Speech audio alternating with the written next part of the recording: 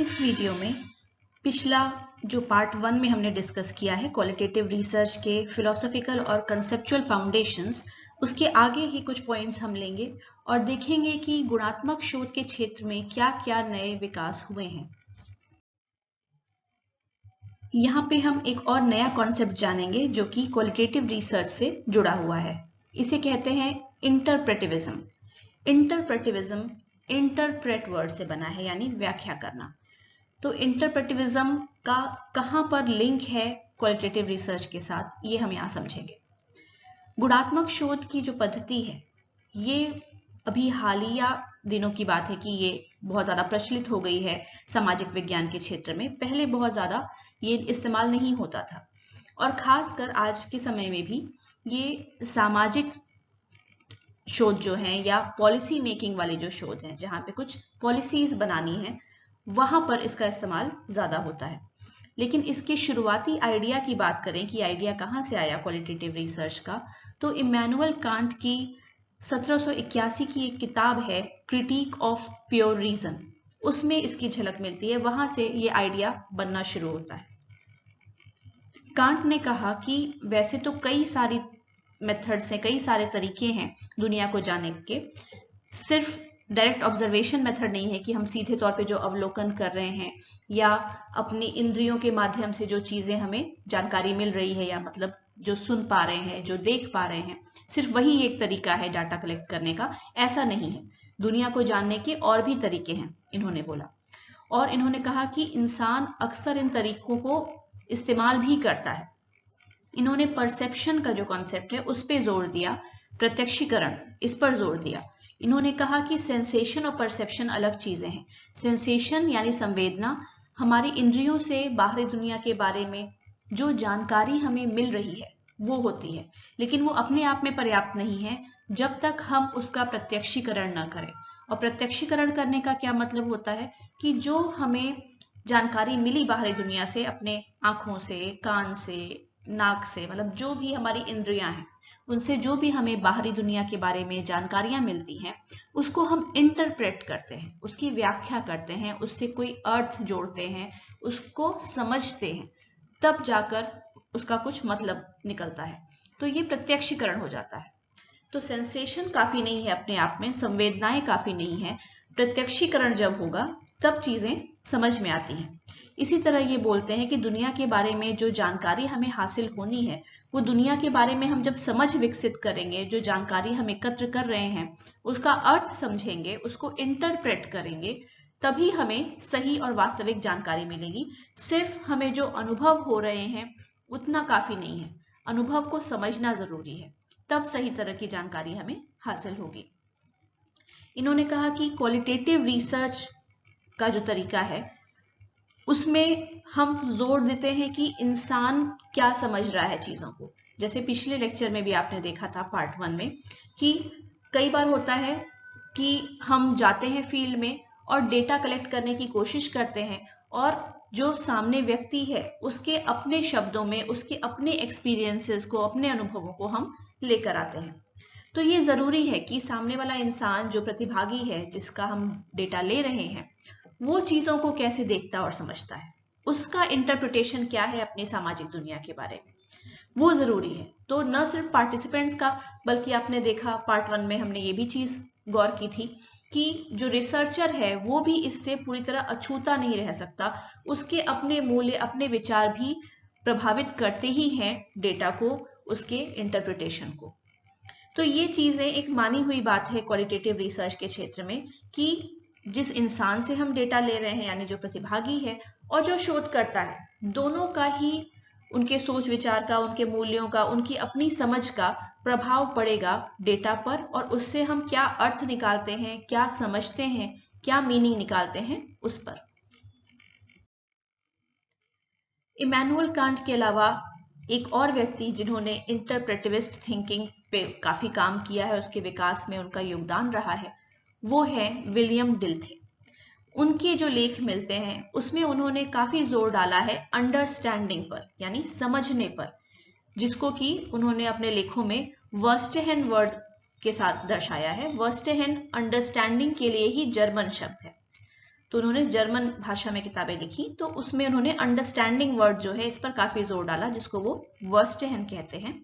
और इन्होंने कहा कि जब इंसान का हम अध्ययन करते हैं, जब डेटा लेते हैं, तो हमें उनके लिव्ड एक्सपीरियंसेस पर ध्यान देना चाहिए। लिव्ड एक्सपीरियंसेस यानी उन्होंने जीवन जीने के क्रम में जो अनुभव प्राप्त किए हैं उस पर हमें फोकस करना चाहिए। उन्होंने खुद जो चीजें महसूस की हैं, अनुभव की हैं, उस पर हमें ज्यादा ध्यान देना चाहिए। और किस ऐतिहासिक पक्ष में या किस सामाजिक परिप्रेक्ष्य में वो चीजें हो रही हैं, वो अनुभव हुए, उससे जोड़कर देखना चाहिए कि उस समय कैसा समय चल रहा था, क्या सामाजिक संरचना थी। इन चीजों के तुलना में हमें देखना चाहिए कि उन्होंने क्या अनुभव किए हुए हैं। उन्होंने ये भी बोला कि जब हम कुछ कार्य करते हैं, हमारा जो व्यवहार होता है, उसमें हमारे अपनी मन की दृढ़ता और इंसान की रचनात्मकता, ये दोनों बहुत महत्वपूर्ण भूमिका निभाती हैं। इसीलिए इन्होंने बोला कि जो भी सामाजिक शोध होते हैं उन्हें लिव्ड एक्सपीरियंसेस पे ध्यान देना चाहिए, ताकि सही प्रकार से हम चीजों को जोड़ सकें जो सामाजिक क्षेत्र में हो रही हैं, जो सांस्कृतिक क्षेत्र में हो रही हैं, जो ऐतिहासिक पक्ष है इंसान के जीवन का, इन सब चीजों को जोड़कर एक रूपता में हम देख सकें। इसलिए हमें इंसान के लिव्ड एक्सपीरियंसेस का अध्ययन करना बहुत जरूरी है। इंटरप्रेटिविज्म से ही मिलता जुलता है कंस्ट्रक्शनिज्म, इसकी भी बात करते हैं। जब हम सामाजिक दुनिया की बात कर रहे हैं, जब सामाजिक दुनिया के बारे में जानने के लिए हम शोध करते हैं, तो वहां पे जो भी ज्ञान हम हासिल करने की कोशिश कर रहे हैं, हम प्रयास करते हैं कि जिन प्रतिभागियों से हम जानकारी ले रहे हैं वो उन चीजों के बारे में, उन घटनाक्रमों के बारे में या किसी विषय के बारे में क्या समझते हैं, क्या सोचते हैं, उसकी किस प्रकार से व्याख्या करते हैं, उनके नजरिए से चीजों का अध्ययन किया जाए। इसे सोशल कंस्ट्रक्शन कहते हैं। यानी इंसान किसी चीज को किस हिसाब से समझ रहा है, वो चीजें सोशल कंस्ट्रक्शन के अंदर आती हैं, जिससे कंस्ट्रक्शनिज्म शब्द आया है। सोशल कंस्ट्रक्शन में जो भी समाज में आप देखते हैं, जो रीति रिवाज हैं, परंपराएं हैं, कुछ मान्यताएं हैं, ये सारी चीजें आती हैं, क्योंकि ये कुछ प्राकृतिक चीजें नहीं हैं, ये समाज के लोगों ने इनका निर्माण किया है। कंस्ट्रक्शन करना मतलब निर्माण करना। तो सोशल कंस्ट्रक्शन की ये चीजें जो हैं, इन्हें अध्ययन किया जाता है। और न सिर्फ प्रतिभागी के नजरिए से, बल्कि जो शोधकर्ता है वो भी उस विषय के बारे में, या प्रतिभागियों ने जो उस विषय पर अपनी राय दी, अपनी बात कही, उसके बारे में शोधकर्ता का क्या मत है, उनका क्या विचार है। तो यहाँ पर शोधकर्ता भी किसी चीज का अर्थ जो है, उस अर्थ का निर्माण करते हैं, कंस्ट्रक्ट करते हैं मीनिंग को, और इंटरप्रेट करते हैं, व्याख्या करते हैं चीजों की। गुणात्मक शोध में शोध की प्रक्रिया काफी हद तक इंडक्टिव मानी जाती है, जैसा हमने पहले भी डिस्कस किया है। इंडक्टिव यानी डेटा से हम इंफॉर्मेशन लेते हैं और उसके आधार पे फिर कोई थ्योरी बनाते हैं, कोई नियम बनाते हैं, या उस डेटा में कोई समानता या पैटर्न देखने की कोशिश करते हैं। रियलिटी यानी वास्तविकता, जिसका हम अध्ययन करना चाह रहे हैं, वो शोध के प्रक्रिया से शोधकर्ता के अपने पसंद नापसंद, सोच विचार, मूल्य, इन चीजों से प्रभावित होता है। यानी जो हकीकत है और जो मूल्य हैं वो अलग नहीं रह पाते। यहाँ पर शोध करना जिसमें कि आपकी अपनी मंशा, अपने विचार और ये सब किसी तरह से परिणामों को या डेटा कलेक्शन के प्रक्रिया को प्रभावित न करें, ये असंभव हो जाता है। अब यहाँ पे अलग अलग सोच रखने वाले शोधकर्ता होते हैं। कुछ गुणात्मक शोधकर्ता उम्मीद करते हैं और प्रयास भी करते हैं कि अपने सोच विचार, अपने मान्यताओं से चीजों को बिल्कुल अलग रखें, पृथक रखें। जो डेटा कलेक्ट कर रहे हैं उस पे इन चीजों का कोई प्रभाव न पड़ने पाए। जबकि दूसरे तरह के जो शोधकर्ता हैं, जो गुणात्मक शोध करते हैं, वो सोचते हैं कि नहीं, इसमें हर्ज क्या है, मेरे अपने विचार, मेरे अपने मत को उसमें हम शामिल होने देंगे। और वो ऐसे शोधकर्ता जो होते हैं वो व्यक्तिगत रूप से अपने शोध में पूरे खो जाते हैं और पूरी तरह से संलग्न हो जाते हैं, उसमें पूरे इन्वॉल्व हो जाते हैं। यहाँ पे ये भी कहना जरूरी है, जैसा हमने पहले देखा था पॉजिटिविज्म, पोस्ट पॉजिटिविज्म के कॉन्सेप्ट में, कि नेचुरल साइंसेस यानी प्राकृतिक विज्ञान जो हैं, जैसे बायोलॉजी, बॉटनी, केमिस्ट्री, इस तरह के जो विज्ञान हैं, उनमें जो प्रक्रिया या उसमें जो विधि इस्तेमाल होती है अध्ययन करने के लिए, वो विधियां सामाजिक दुनिया का अध्ययन करने के लिए उपयुक्त नहीं है, सही नहीं है। क्योंकि प्राकृतिक विज्ञान जो है वो प्राकृतिक नियमों की बात करते हैं, नेचर के लॉज की बात करते हैं, लेकिन वैसे लॉज, वैसे नियम इंसान के व्यवहार और स्वभाव पर लागू नहीं हो सकते हैं। इंसान के व्यवहार और स्वभाव में एक निरंतरता या एक नियम बहुत हद तक नहीं देखा जा सकता है कि एक निश्चित परिस्थिति में हर व्यक्ति एक ही तरह का व्यवहार करेगा, एक तरह की सोच रखेगा, ऐसा संभव नहीं होता है। सोशल रियलिटी यानी सामाजिक वास्तविकता को हम बहुत ही सटीकता के साथ अध्ययन नहीं कर सकते हैं। और ये क्यों हम कहते हैं? क्योंकि जो शोधकर्ता है और जो व्यक्ति हैं, प्रतिभागी हैं, जिनसे हम डेटा ले रहे हैं, उनके अपने अर्थ क्या हैं चीजों के लिए, उसके हिसाब से असलियत या वास्तविकता का रूप बदलता है। हो सकता है वास्तविकता कुछ और हो, लेकिन हमारे प्रतिभागी के समझ से वो कुछ और हो सकती है। और फिर जब शोधकर्ता उसका अध्ययन करे कि प्रतिभागियों ने क्या कहा है, तो वो कुछ और अर्थ निकाल सकते हैं और पता चला कि जो हकीकत थी उससे कुछ भिन्न हमें परिणाम मिले। तो ये पूरी तरह से सही नहीं साबित हो सकता है और इसीलिए इस मत के अनुसार हम मानते हैं कि नॉलेज इज प्रोविजनल, ये अस्थायी है, ये बदलती रह सकती है आगे। फॉलिबिलिस्टिक है, यानी कंसेंसस थ्योरी ऑफ ट्रूथ की बात की जा रही है कि यहाँ पर अगर कुछ संख्या में प्रतिभागी एक जैसा मत, एक जैसी बात किसी विषय पे अगर कह रहे हैं तो उस चीज को सच मान लिया जाता है, क्योंकि ज्यादातर लोग उसमें मानने वाले हैं। मैक्स वेबर ने, जिनका नाम आपने सुना ही होगा, ये डिल्थी के आइडिया से बहुत ज्यादा प्रभावित हुए और खासकर डिल्थी ने जो अंडरस्टैंडिंग या समझने का कॉन्सेप्ट दिया था, इससे वेबर बहुत प्रभावित हुए। लेकिन इन्होंने पूरी तरह से इंटरप्रेटिविस्ट अप्रोच अपनाने के बजाय इन्होंने इंटरप्रेटिविज्म और पॉजिटिविज्म, इन दोनों अप्रोचेस को मिलाकर एक अप्रोच बताया। इन्होंने बताया और ये मानते भी थे कि दुनिया में जो भी चीजें हैं, जो भौतिक चीजें हैं जिसका अध्ययन हम करते हैं, जैसा कि पॉजिटिविस्ट अप्रोच में होता है, जो नेचुरल साइंस के मेथड्स यूज करते हैं, इस एग्जैक्ट साइंस जिसे हम कहते हैं, उनके मेथड यूज करके सोशल साइंस का अध्ययन करते हैं। वहां पे जो भौतिक चीजों का अध्ययन किया जाता है या भौतिक परिस्थितियों का अध्ययन किया जाता है, इन्होंने माना, वेबर ने माना कि वो जरूरी है, लेकिन वो पर्याप्त नहीं है कि हम इंसान के जीवन के बारे में केवल उतने ही से सब कुछ जान सकें। उन्होंने कहा कि इंसान चीजों को क्या अर्थ देता है, क्या मीनिंग देता है और अपने भौतिक दुनिया को भी क्या समझता है, ये समझ वाला पार्ट अध्ययन करना बहुत जरूरी है।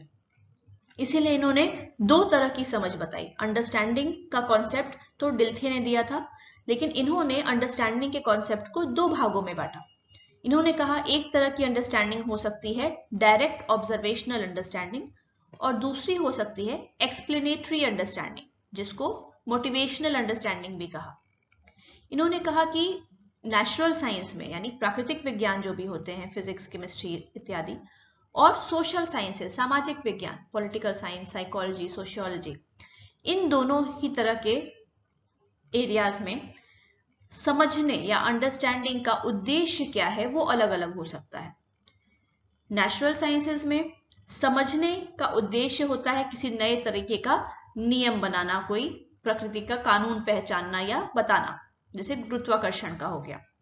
लेकिन सोशल साइंसेस में समझने का उद्देश्य क्या होता है, हम क्या समझना चाहते हैं, व्यक्तियों के, लोगों के या प्रतिभागियों के अपने अर्थपूर्ण अनुभव, उनके जीवन में क्या अनुभव है किसी चीज को लेके, किसी विषय को लेके, उनके अपने क्या अनुभव हैं वो समझना चाहते हैं हम। तो इंटरप्रेटिविज्म ये हुआ कि जहां पर चीजों को इंटरप्रेट करने में ज्यादा जोर दिया जाता है, उनकी व्याख्या करने में ज्यादा जोर दिया जाता है, और साथ ही सामाजिक दुनिया को समझने के लिए ऑब्जर्वेशन पर जोर दिया जाता है, अवलोकन करने पर, चीजों को देखने समझने पर जोर दिया जाता है। इस फील्ड को हम इंटरप्रेटिविज्म कहते हैं। वहीं कंस्ट्रक्शनिज्म जो होता है वो मानता है कि जो भी जानकारियां या नॉलेज हम सामाजिक दुनिया के बारे में प्राप्त करते हैं या अध्ययन करने का प्रयास कर रहे हैं, ये मानव के द्वारा, इंसान के द्वारा बस कहीं से ले लिया नहीं जाता है निष्क्रिय रूप से, बल्कि सक्रिय होकर मानव खुद इसका निर्माण करता है। मानव जानकारी का निर्माण करता है, सामाजिक दुनिया में कंस्ट्रक्ट करता है जानकारी को सक्रिय रूप से, ये मानते हैं। और दोनों ही अप्रोच वैसे तो वैल्यू न्यूट्रल ऑब्जर्वेशन का खंडन करते हैं, यानी दोनों ही अप्रोच मानते हैं, इंटरप्रेटिविज्म और कंस्ट्रक्शनिज्म, दोनों का मानना है कि ऑब्जर्वेशन कभी भी वैल्यू न्यूट्रल नहीं हो सकता, यानी अपने मूल्यों, अपने विचारों को हम ऐसा न करें कि प्रभावित करें वो रिजल्ट को, ये संभव ही नहीं है। इंसान जो अध्ययन कर रहे हैं या जिनका अध्ययन कर रहे हैं, उन लोगों के मूल्य, विचार, स्वभाव, ये चीजें प्रभावी होंगी, प्रभावित करेंगी रिजल्ट को, ये बचा नहीं जा सकता इससे, ऐसा मानते हैं। और ये लोग यूनिवर्सल लॉज में भी नहीं मानते हैं कि कोई एक वैश्विक नियम है जो सब पर लागू होगा, इस तरह का कोई नियम है जो हमें पता करना है, इस चीज को नहीं मानते। यानी फॉलिबिलिस्टिक थ्योरी में मानते हैं कि सच जो है वो अस्थायी है। जो सामाजिक दुनिया का सच हम प्राप्त करते हैं वो कोई प्राकृतिक विज्ञान की तरह कोई बंधा हुआ नियम ऐसा हो जो हर जगह लागू हो, हर समय लागू हो, ऐसा नहीं हो सकता है। आइए अब काफी संक्षिप्त में जान लेते हैं कि गुणात्मक शोध के क्षेत्र में क्या क्या नए विकास हुए हैं, क्या क्या एडवांसमेंट हुआ है और कैसे ये क्षेत्र अलग अलग मेथड्स फॉलो करता है, उनमें डिवाइड हुआ है। 19वीं शताब्दी के उत्तरार्ध में और पूरे 20वीं शताब्दी में गुणात्मक शोध की विधियां विकसित हुई और इनमें कई सारी वैरायटीज भी आई और सोशल साइंस में ये काफी इस्तेमाल होने लगा। सोशल साइंस की भी जब बात करें तो खासकर सोशियोलॉजी और एंथ्रोपोलॉजी में ये पहले शुरू हुआ, जहां पर क्वालिटेटिव रिसर्च मेथड्स इस्तेमाल होने लगे और खासकर शुरुआत के समय में एथनोग्राफिक वर्क होता था, यानी एथनोग्राफी नाम की जो विधि है गुणात्मक शोध की, उसका इस्तेमाल होता था अमेरिका और ब्रिटेन में। एथनोग्राफी में सामाजिक दुनिया का अध्ययन करना, उसकी संस्कृति का अध्ययन करना शामिल है। इनमें उन चीजों का अध्ययन किया जाता है जो एक समुदाय, एक सामाजिक समूह मानता है, विश्वास करता है। शुरुआती एथनोग्राफर्स में रहे मेलिनोव्स्की, रैडक्लिफ ब्राउन, मार्गरेट मीड रही, ग्रिगरी बेटसन, फ्रांस बोस। इन लोगों ने अलग अलग समुदायों का अध्ययन किया।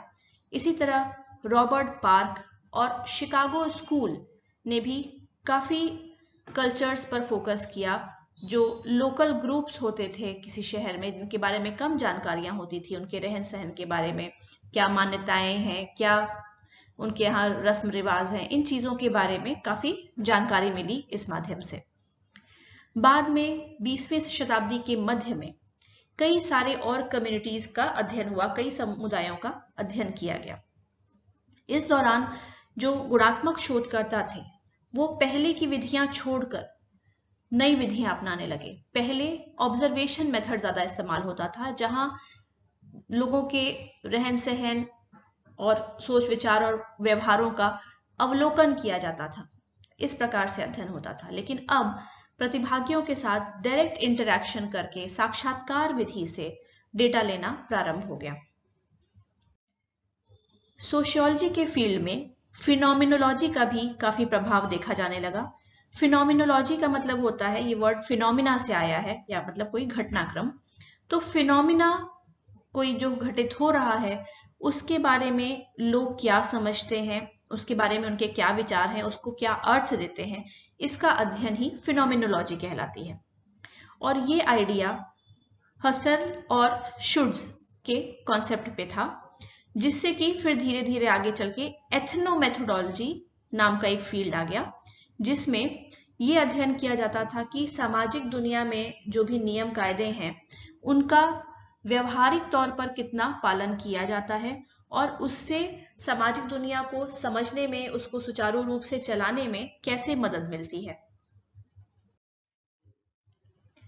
इसी प्रकार से कुछ और विधियां हैं गुणात्मक शोध की जिनका जन्म हुआ, जैसे कन्वर्सेशन एनालिसिस। कन्वर्सेशन मतलब बातचीत या वार्तालाप, से संबंधित एनालिसिस।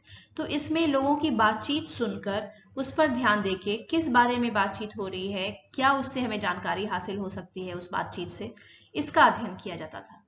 इसी तरह डिस्कोर्स एनालिसिस, जिसमें नॉलेज कैसे निकल रही है बातचीत से, डिस्कोर्स से, लेक्चर्स के माध्यम से, ये चीजें देखी जाती थी।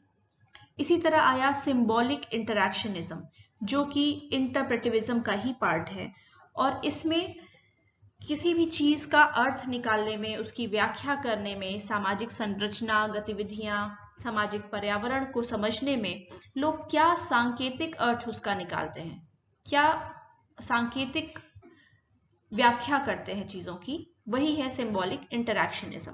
ये इंटरप्रेटिविज्म का पार्ट था और इसकी मदद से ग्राउंडेड थ्योरी का विकास हुआ। ग्राउंडेड थ्योरी मेथड गुणात्मक शोध के क्षेत्र में शायद सर्वोत्तम विधि मानी जाती है और बहुत ज्यादा इसका प्रयोग भी होता है। ग्राउंडेड थ्योरी में उद्देश्य होता है कोई थ्योरी बनाना, थ्योरी का जन्म करना, यानी सिद्धांत का प्रतिपादन करना, नया सिद्धांत बनाना। और ये सिद्धांत कैसे बनता है? इंडक्टिव प्रोसेस से, जहां डेटा हम लेते हैं पार्टिसिपेंट से, उसका आकलन करते हैं, उसकी समीक्षा करते हैं और उसके हिसाब से फिर कोई नया सिद्धांत बनाते हैं। उसके लिए ग्राउंडेड थ्योरी मेथड इस्तेमाल होता है। अब हालांकि ग्राउंडेड थ्योरी मेथड भी अलग अलग प्रकार से प्रयोग होता है शोधकर्ताओं के द्वारा और कई प्रकार के इसके अलग अलग वर्जन भी आ गए हैं, लेकिन अभी भी इसको बहुत अच्छा मेथड माना जाता है। हालांकि क्योंकि इसके अब इतने सारे वर्जन्स आ चुके हैं तो इसे आजकल बहुत ही हल्के रूप में इस्तेमाल किया जाता है। इस वर्ड को, ग्राउंडेड थ्योरी शब्द किसी भी इंडक्टिव मेथड पे इस्तेमाल कर लिया जाता है, या क्वालिटेटिव रिसर्च का अर्थ ही लोग समझते हैं कि यानी ग्राउंडेड थ्योरी मेथड की बात हो रही है, जबकि ऐसा नहीं है। क्वालिटेटिव रिसर्च में ग्राउंडेड थ्योरी एक महत्वपूर्ण मेथड है, पर इसके अलावा भी कई और मेथड्स हैं, जैसे आपने देखा सिंबॉलिक इंटरैक्शनिज्म है, एथनोमेथोडोलॉजी है, कन्वर्सेशन एनालिसिस, डिस्कोर्स एनालिसिस और भी कई सारी विधियां हैं। सोशियोलॉजी की तुलना में मनोविज्ञान के क्षेत्र में, साइकोलॉजी में क्वालिटेटिव मेथड्स का इस्तेमाल काफी देर से शुरू हुआ, और ऐसा इसलिए था क्योंकि साइकोलॉजी को साइंस बनाने पे उस समय ज्यादा जोर था। साइंस मतलब क्वांटिटेटिव मेथड्स पे ज्यादा फोकस करना, सांख्यिकी का इस्तेमाल करना, इन चीजों पर ज्यादा जोर था। शुरुआत में साइकोलॉजी के क्षेत्र में, यानी शुरुआत अगर कहें तो 20वीं शताब्दी के मध्य में कहीं, इसका उपयोग शुरू हुआ, यानी गुणात्मक विधियां जो है उनका उपयोग शुरू हुआ साइकोलॉजी में पर्सनल कंस्ट्रक्ट थ्योरी के क्षेत्र में। यानी इसमें क्या होता था, वैसे मनोवैज्ञानिक कॉन्सेप्ट्स को अध्ययन करना, उनके बारे में समझना और जानना जो कि लोग इस्तेमाल करते हैं अपनी सोच को समझने के लिए, अपने व्यवहारों को समझने के लिए। इसी तरह इथोजेनिक्स नाम का एक फील्ड आया। इथोजेनिक्स में लोग जो चीजें करते हैं, जो व्यवहार करते हैं या नहीं करते हैं, उसके पीछे वो क्या रोल अपनाते हैं, क्या नियम का पालन करते हैं, इन चीजों से जुड़ा हुआ था इथोजेनिक्स। और इसी तरह से प्रोटोकॉल एनालिसिस भी एक विधि थी जो कि एक्सप्लोर करती है थिंकिंग प्रोसेस लोगों का। जब वो कोई संज्ञानात्मक कार्य में लगे हुए हैं, किसी बौद्धिक कार्य में लगे हुए हैं, तो उनकी सोच की प्रक्रिया क्या है, इसका अध्ययन करता है प्रोटोकॉल एनालिसिस।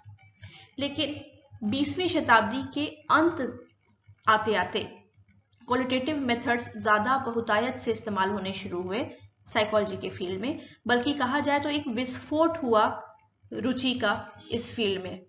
लोगों की रुचि इतनी ज्यादा अचानक से बढ़ गई गुणात्मक शोध के क्षेत्र में और इसकी विधियों में कि अब ये साइकोलॉजी के फील्ड में बहुतायत से इस्तेमाल होता है, खासकर occupational psychology, forensic psychology, educational psychology, health और क्लिनिकल साइकोलॉजी के फील्ड में। एक और विधि है गुणात्मक शोध से जुड़ी हुई जिसे कहते हैं इंटरप्रेटिव फिनोमिनोलॉजिकल एनालिसिस, या शॉर्ट में कहें तो IPA, जो ये देखता है कि लोग किसी चीज पर किस प्रकार से विचार करते हैं, क्या सोचते हैं, और उन चीजों का आकलन करके उनका मत जानने की कोशिश करता है कि वो चीजों को कैसे देखते और समझते हैं।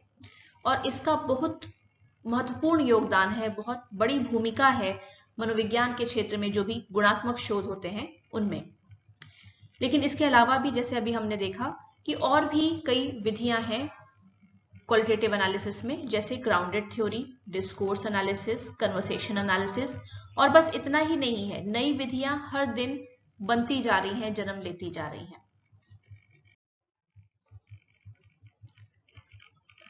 जैसे जैसे नए क्वालिटेटिव मेथड्स डेवलप होते गए, वैसे वैसे इस फील्ड में शोध करने की जटिलता बढ़ती गई।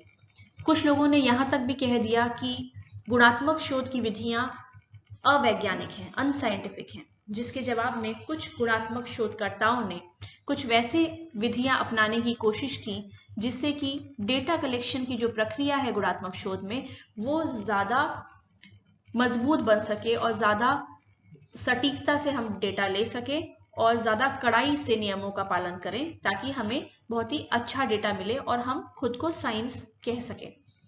और कुछ इस तरह के सैद्धांतिक प्रश्न और चुनौतियां सामने आ गए, जैसे क्या ये संभव है कि सोशल रिसर्च में, एक्सपेरिमेंटल रिसर्च भी जो होते हैं, उसमें जो हम चरों को, वेरिएबल्स को कंट्रोल करते हैं यानी नियंत्रित करते हैं, क्या ये संभव है कि उनको नियंत्रित करके हम सही रिजल्ट प्राप्त कर पाए? क्या जो परिवेश है, जो परिस्थिति है जहां डेटा लिया जा रहा है, वो परिस्थिति जन्य चर जो हैं उनको अगर नियंत्रित कर लिया जाए तो हमें सही नतीजा प्राप्त होगा, या इंसान के व्यवहार के बारे में सही जानकारी मिल पाएगी? क्या ये सही है कि इंसान के व्यवहार का अर्थ या उसका उद्देश्य जो है उसको सही प्रकार से अध्ययन न किया जाए, उसको नियंत्रित किया जाए प्रायोगिक अध्ययन करते समय?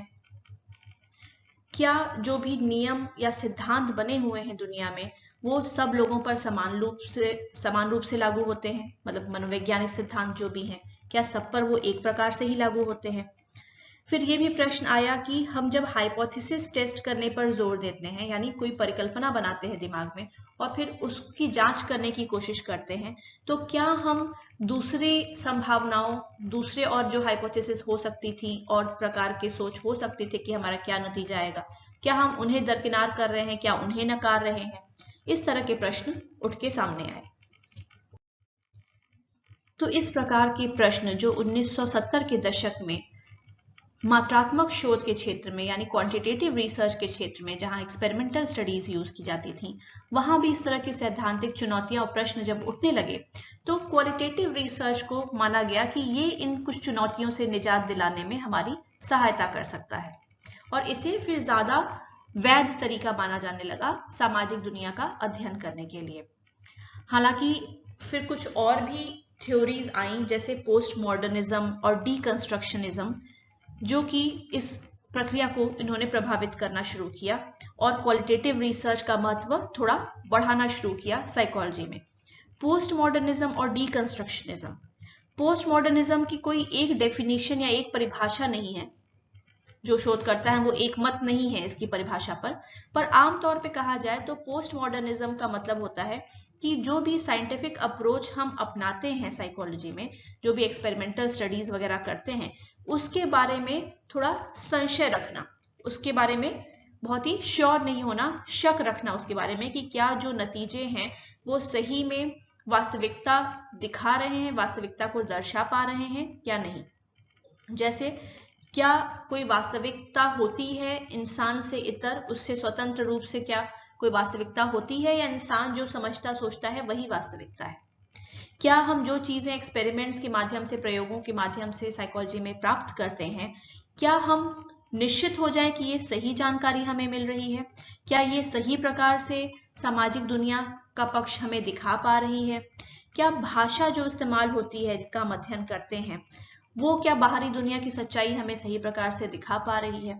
तो एक तरह से ये पोस्ट मॉडर्निज्म वाला अप्रोच जो है, ये पोस्ट पॉजिटिविज्म जैसा मिलता जुलता है, जहां पे ये मानते हैं कि ऑब्जेक्टिव रियलिटी जो है वो अलग तौर पे नहीं होती है, वास्तविकता अपने आप में स्वतंत्र उसका अस्तित्व नहीं होता है, और ये इंसान के संदर्भ में ही समझी जा सकती है। अब यहाँ पर टेबल के फॉर्म में बहुत ही ब्रीफ तरह से जो जो अलग अलग ट्रेडिशंस हैं या अप्रोचेज हैं क्वालिटेटिव रिसर्च के, वो बताए गए हैं। बहुत ही ब्रीफ में बताया गया है कि उन की उत्पत्ति कहाँ से हुई, किस फील्ड से हुई और उनका उद्देश्य क्या है, यानी उस मेथड में हम करते क्या हैं। जैसे एथनोग्राफी, इसकी शुरुआत हुई सोशियोलॉजी और एंथ्रोपोलॉजी से, जैसा अभी हमने थोड़ी देर पहले भी डिस्कस किया। इसका उद्देश्य होता है कि सामाजिक दुनिया में झांक कर देखना, लोग चीजों को क्या समझ रहे हैं, कैसे देख रहे हैं, ये चीजें जानना, उनके कल्चर के बारे में जानना, उनकी मान्यताओं के बारे में समझना, संस्कृति के बारे में समझना, पर उनके समुदाय में शामिल होकर, उनके समुदाय का एक हिस्सा बनकर अंदर से ये चीजें जानना और समझना। इसी तरह से फिनोमिनोलॉजी या एथनोमेथोडोलॉजी, जिसकी उत्पत्ति, जिसकी शुरुआत हुई फिलॉसफी या सोशियोलॉजी से।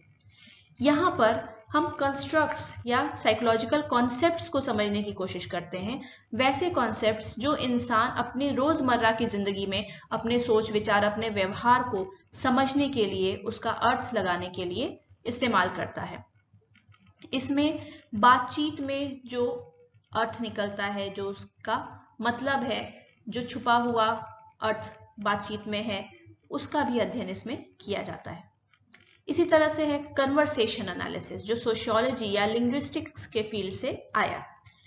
कन्वर्सेशन एनालिसिस में लोग कैसे बात कर रहे हैं, किस तरह से बात कर रहे हैं, बात करने का टोन क्या है, लहजा क्या है, बात करने के दौरान किस क्रम में चीजें बात कर रहे हैं चीजों के बारे में, और टर्न टेकिंग कैसी है। जैसे जब दो लोग बात करते हैं या दो से अधिक लोग बात करते हैं, तो एक व्यक्ति कुछ बोलता है, फिर दूसरे का टर्न आता है, वो कुछ बोलता है, फिर अगला व्यक्ति बोलता है। तो ये टर्न कब कौन ले रहा है, इन चीजों का गहन अध्ययन किया जाता है। डिस्कोर्स एनालिसिस, जिसकी शुरुआत सोशियोलॉजी से हुई है, सोशियोलॉजी से निकला है ये फील्ड। इसमें डिस्कोर्सेस की स्टडी की जाती है, अलग अलग प्रकार के परफॉर्मेंसेस, या आज के समय में कहें तो जैसे टीवी में जो प्रचार वगैरह भी आते हैं, एडवर्टीजमेंट्स, उनका अध्ययन करना, किसी मूवी का अध्ययन करना, नाटक का अध्ययन करना, इस तरह के कुछ अलग अलग चीजों का अध्ययन इसमें किया जाता है। प्रोटोकॉल एनालिसिस, जो कि साइकोलॉजी से ही आया हुआ है, इसमें हम अर्थ लगाने की कोशिश करते हैं कि किस प्रकार से जब कोई संज्ञानात्मक कार्य इंसान कर रहा है तो उस समय वो क्या सोच रहा है, उसका क्या अर्थ निकाल रहा है। इंटरप्रेटिव फिनोमिनोलॉजिकल एनालिसिस या IPA, जिसकी शुरुआत मनोविज्ञान के क्षेत्र से हुई है। इसमें किसी घटना के या किसी अनुभव का क्या अर्थ है, क्या महत्व है किसी एक प्रतिभागी के लिए, इसका अध्ययन किया जाता है, जिससे कि मनोसामाजिक प्रक्रियाओं में हमें कुछ और जानकारी प्राप्त हो सके। सिंबॉलिक इंटरैक्शनिज्म, जिसकी शुरुआत सोशियोलॉजी या सोशल साइकोलॉजी के फील्ड से हुई। यहाँ पर उन व्यवहारों या उन सामाजिक दायित्वों या रोल्स का अध्ययन किया जाता है, समझा जाता है, और कैसे उनको लोग इन चीजों की व्याख्या करते हैं, कैसे अपने पर्यावरण के प्रति ये प्रतिक्रिया करते हैं, इन चीजों का अध्ययन यहाँ पर करते हैं। ग्राउंडेड थ्योरी, जैसा भी हमने देखा कि सोशियोलॉजी के फील्ड से आया है, ये एक ऐसी विधि है जिससे हम नई थ्योरीज बनाते हैं साइकोलॉजी के फील्ड में, जहां पे हम डेटा लेते हैं इंडक्टिव प्रोसेस से, और उसके आधार पर फिर हम कोई नया सिद्धांत प्रतिपादित करने की कोशिश करते हैं। इथोजेनिक्स, जो सोशल साइकोलॉजी से आया है, यहाँ पर व्यक्ति कोई भी व्यवहार कर रहा है तो उस व्यवहार के पीछे छुपी हुई संरचना क्या है, उस व्यवहार से लोग क्या अर्थ जोड़ते हैं, इन चीजों का अध्ययन इसमें किया जाता है। इसी प्रकार से एक एरिया है हर्मेन्यूटिक्स, जो थियोलॉजी या फिलॉसफी या लिटरेरी क्रिटिसिज्म या लिंग्विस्टिक्स से आया हुआ क्षेत्र है। यहाँ पर उन परिस्थितियों का अध्ययन किया जाता है जिनके तहत या जिन परिस्थितियों में कोई मानव उत्पाद का जन्म हुआ, और मानव उत्पाद से मतलब है उदाहरण के तौर पे कोई चलचित्र, कोई लिखा हुआ मटेरियल, या कोई व्यवहार, कोई नाटक, कोई क्रिया, इन चीजों का अध्ययन किया जाता है कि किन परिस्थितियों में ये चीजें घटी, ये चीजों का जन्म हुआ और उनका क्या अर्थ है, इसका भी इंटरप्रिटेशन किया जाता है। नरेटिव एनालिसिस, जो सोशियोलॉजी, सोशल हिस्ट्री और लिटरेरी क्रिटिसिज्म के फील्ड से आया है, इसमें नरेटिव्स का अध्ययन किया जाता है। अब नरेटिव्स में कुछ लिखे हुए वाक्य, कुछ कहानी, कोई किंवदंती, इस तरह की चीजें आती हैं, और इसका अध्ययन किया जाता है कि लोग किस प्रकार से कहानियां सुनाते हैं, किस प्रकार से चीजों को कहानियों में व्यक्त करते हैं। जैसे आप जानते हैं पंचतंत्र वगैरह कहानियां हैं, या हमारे जो भी पुराने सब पुराण वगैरह हैं उनमें भी एक तरह से कहानियां ही बताई गई हैं, कोई कोई स्टोरीज उसमें रहती हैं। तो वो क्या है, क्या बताना चाह रही हैं, क्या संदेश देना चाह रही हैं, इन चीजों का अध्ययन इसमें किया जाता है। कंस्ट्रक्शनिज्म जो सोशियोलॉजी से आया है, इसमें लोग अपने लिए किस तरह की वास्तविकता का निर्माण करते हैं, यानी कंस्ट्रक्टेड रियलिटी इंसान की क्या है किसी एक खास परिवेश में, उसका अध्ययन किया जाता है, उसके अर्थ का अध्ययन किया जाता है। इसी प्रकार से है क्रिटिकल थ्योरी जो सोशियोलॉजी के फील्ड से आया है। इनमें इस मेथड से वो भौतिक परिस्थितियों का अध्ययन किया जाता है, जैसे कि आर्थिक, मनोवैज्ञानिक या राजनीतिक परिस्थितियां, वैसी परिस्थितियों का अध्ययन किया जाता है जिनसे हमारा विचार, हमारी सोच, हमारे अनुभव प्रभावित होते हैं। और फिर आखिर में है participatory research. Participatory action research जो होता है, या यूजर लेड रिसर्च भी इसका नाम देते हैं, ये सोशल साइकोलॉजी या सोशियोलॉजी के फील्ड से आया है। यहाँ हम पार्टिसिपेंट या प्रतिभागी के साथ मिलकर कुछ पॉजिटिव चेंज लाने का प्रयास करते हैं। धन्यवाद।